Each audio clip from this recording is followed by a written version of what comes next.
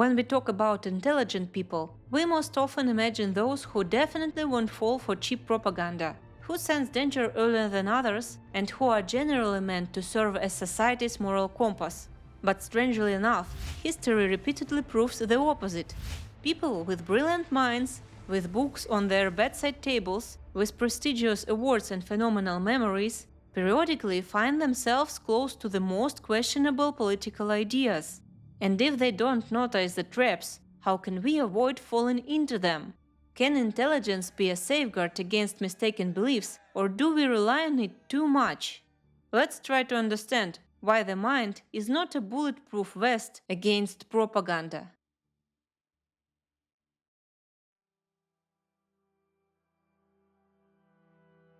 Few periods in history have given us so many examples of intellectuals with very controversial political views as Germany during the Third Reich. Martin Heidegger, Konrad Lorenz, Werner Heisenberg and Knut Hamsun are the most frequently mentioned names. And in their case, what's important isn't even that they supported the party favored by the majority. Statistically, that's logical. But rather that from philosophers, writers, biologists and scientists in general, one would expect that they should be among the first to suspect that something is wrong. On the other side, I have noticed how many French intellectuals from the 20th century supported the USSR or communist ideology.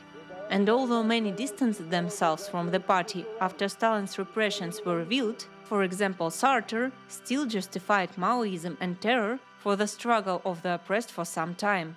If I were to mention modern examples, I would include Elon Musk, who was recently considered a genius, an engineer, a visionary, but as soon as he started actively participating in the USA political life, it became clear that his views raise questions, to say the least. How is it that intelligence is not a protection against making wrong decisions? Let's figure this out.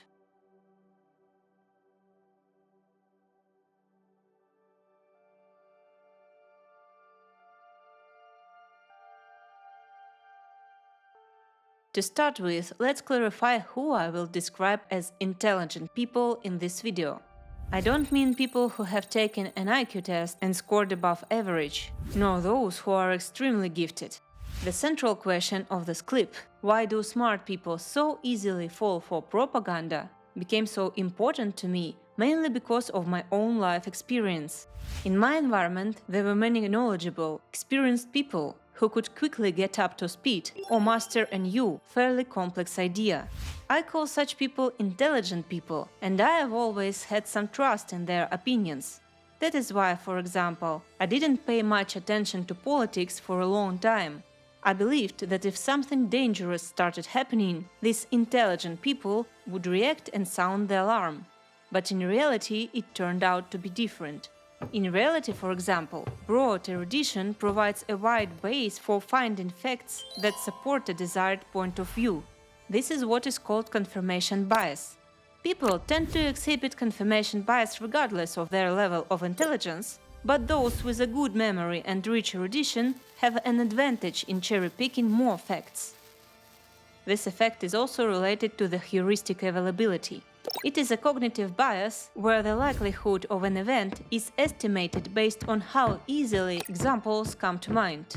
In this case, how easily the relevant examples are remembered by the speaker will determine the perceived probability that they are right. For political or social events, their vividness and emotional charge will further amplify this effect. When it comes to detecting one's own cognitive biases and false conclusions, intelligence is much less important than a tendency for reflection, doubt and critical thinking. And here the connection with the level of intelligence becomes ambiguous.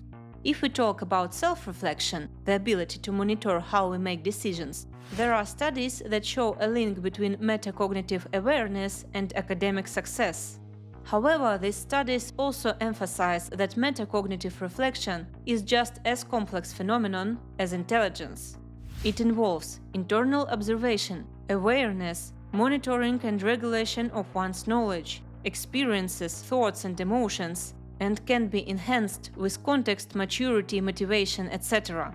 In comparing these conceptual components, mind and metacognition, the authors conclude that it's more about their intersection rather than a direct one causes the other relationship. They find that people with better self-reflection often achieve greater success in learning. Researchers examining the connection between intelligence and critical thinking also concluded that while intelligence is an important factor, it is insufficient on its own. A review study titled Critical Thinking, Intelligence and Unsubstantiated Beliefs shows that critical thinking includes the following components. First, specific reasoning skills, including evaluating the credibility of sources, analyzing arguments, and the ability to apply probability and statistics to real-world conclusions. Second, certain personal dispositions, such as openness to new information, intellectual honesty when it is important to discover the truth rather than be right, and tolerance for uncertainty, the ability to live without an immediate answer. Third, knowledge, factual about the subject being evaluated, methodological about ways of acquiring knowledge, and epistemic about what can be considered good evidence. The article also presents an empirical study, according to which, when using the HALP and critical thinking assessment scale together with a standardized IQ test, critical thinking predicted better life decisions / fewer negative life events, better than IQ.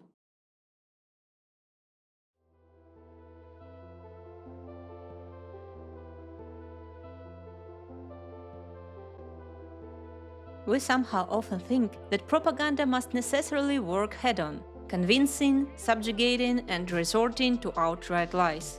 But its influence is more similar to how a magician works with attention. Most illusions are based on creating the right situation and controlling where you look at any given moment. To describe why smart people are just as easy targets for propaganda as middle-of-the-road individuals, I will refer to examples from Daniel Kahneman's book Thinking Fast and Slow. In it, he describes how our thinking involves the interaction of System 1 and System 2.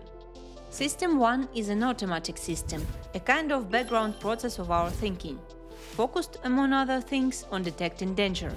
It is incredibly fast, intuitive, and considers each situation separately, without comparing it to similar situations. Since System 1 operates very quickly, it is not easy to feel it work directly. But if you have ever instinctively turned your head and met the gaze of a stranger looking at you, recognizing a direct stare, danger, with the peripheral vision and the signal to pay attention, that is System 1 at work.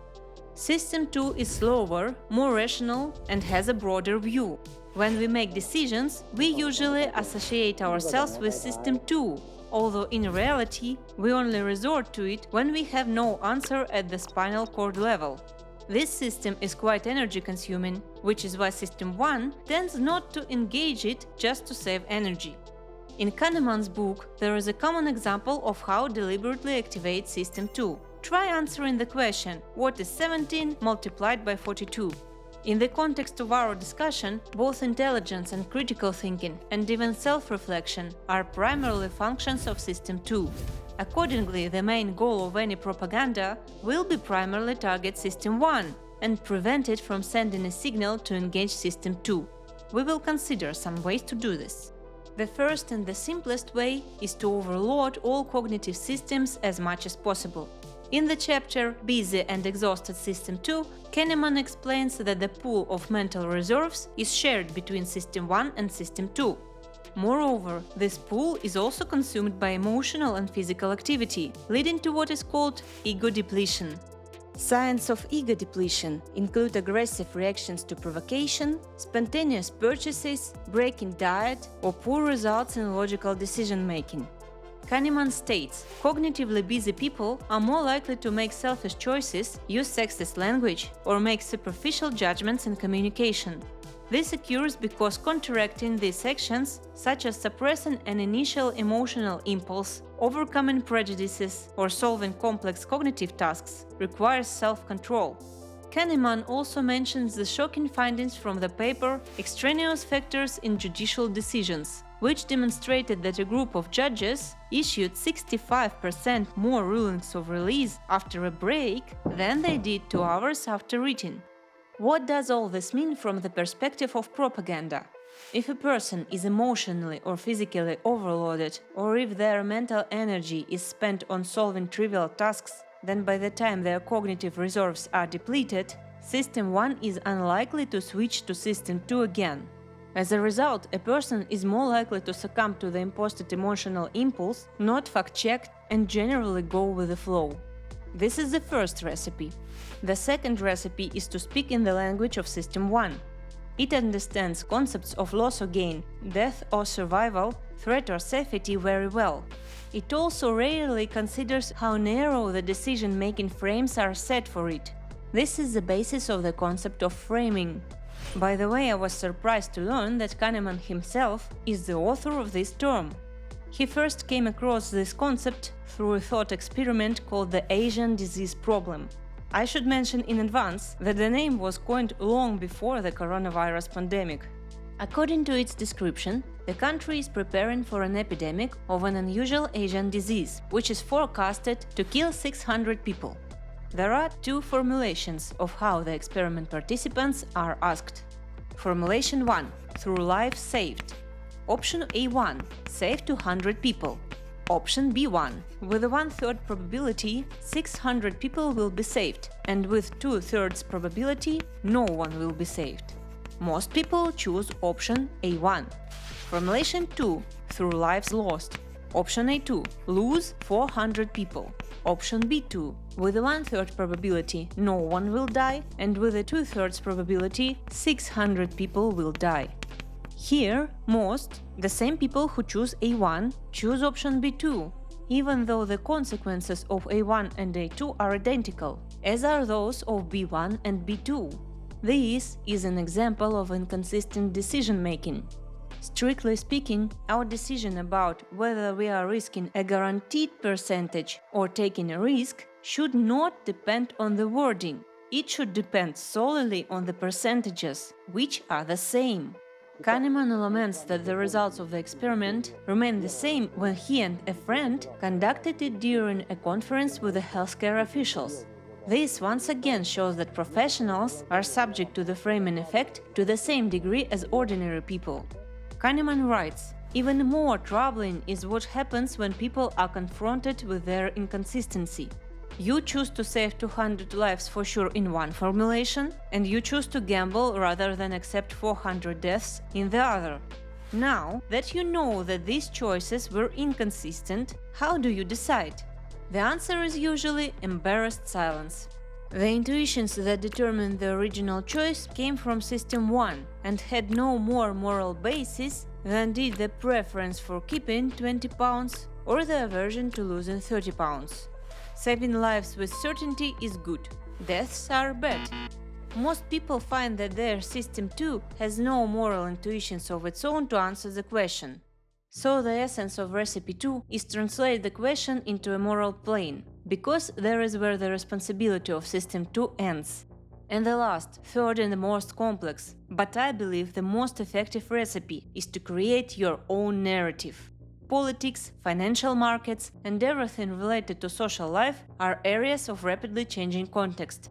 The situation in these fields can change so quickly that even with a sincere desire to make an accurate forecast, it's possible to do so with the result slightly worse than a random guess. At the same time, people in these areas want simple and logical answers, but such answers simply cannot exist. Therefore, time and again, whenever a person or a movement appears that tells simple stories and offers straightforward solutions, people want to believe in them. On one hand, this reduces cognitive load and creates a sense of doing the right thing. On the other hand, human thinking is characterized by advanced modeling. We constantly build a model of the world we live in, and accepting the fact that this model will always be far from reality is simply unbearable. Nassim Taleb's book The Black Swan, or Fooled by Randomness, describes numerous examples of narrative distortion, when any past event is automatically woven into a narrative that explains it. and then we live exclusively within these narratives, and our expectations for the future are also based on them. Therefore, long-term propaganda will typically aim to create exactly such a narrative.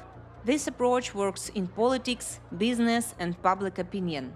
It is not just about convincing people of a specific idea, but about making that idea the foundation of their thinking, the very framework into which any new fact will be automatically placed. Then facts can no longer compete with perception. They will be interpreted not in themselves, but through the constructed metrics of meanings.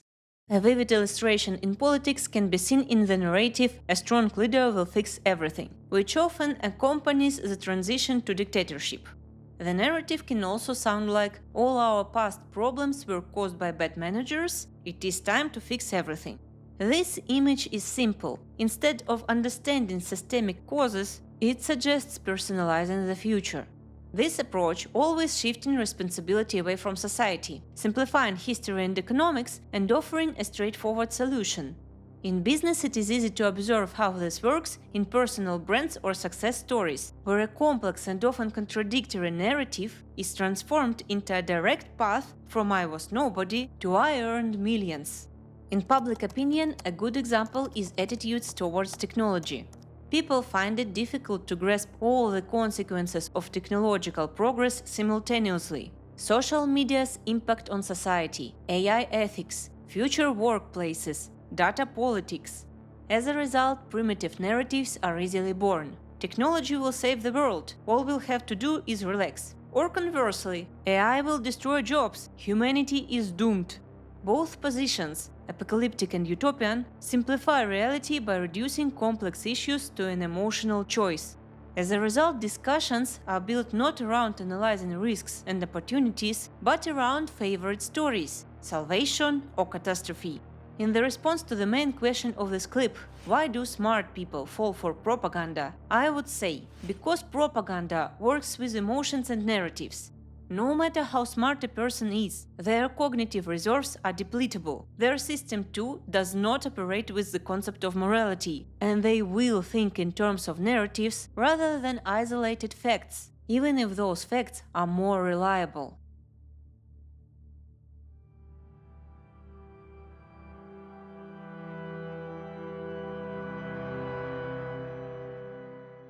I would like to end this clip on a positive note. Yes, cognitive biases exist, and politicians and propaganda aim to exploit them, but there is no predetermined fate. Thanks to researchers like Daniel Kahneman, whom I have quoted so much today, we learn more about these biases and how to counteract them. For example, regarding the authority of intelligent or even just well-known people, it is important not to succumb to the halo effect, and to think that if a person is smart, good-looking and pleasant to communicate with, they will also make better political decisions. When making any decision based on someone else's reasoning, always bear in mind that you are most likely to face the consequences, not the quote's author. But there is yet another final boss of all authorities, our own opinion. Here our best friends are metacognition awareness and critical thinking. Additionally, taking mental breaks and replenishing cognitive reserves significantly help prevent hasty conclusions and bad decisions. In addition, cognitive biases can have a positive influence on mass decisions. A famous example is the successful political program Save More Tomorrow, where employees were automatically offered to increase their pension contributions when their wages rose. They could opt out if they wished, but the choice architecture was designed in such a way that most employees did not opt out, and as a result, their savings grew significantly. Everyone ended up winning. A similar story involves investigating the reasons for the huge disparity in organ donation rates between neighboring European countries. It turned out that in Austria and Sweden, when the rate was over 80%, individuals had to consciously check a box indicating they did not want to be donors. In contrast, in Germany and Denmark, where the rate was around 10%, people had to check a box if they wanted to be donors. In this case, a creatively applied framing effect helped save thousands of lives. In short, intelligence is not a superpower. It doesn't protect you from propaganda. any more than knowing the periodic table protects you from toxic relationships. To prevent your brain from becoming easy prey, it's helpful to do one simple exercise. Think occasionally, critically and slowly, preferably with rest, not on an empty stomach like the judges in the study. If you want to continue training this doubt muscle together, subscribe to the channel, like the clip, and share in the comments which absurd manipulations you have already managed to recognize. Let's collectively boost our defenses against information viruses.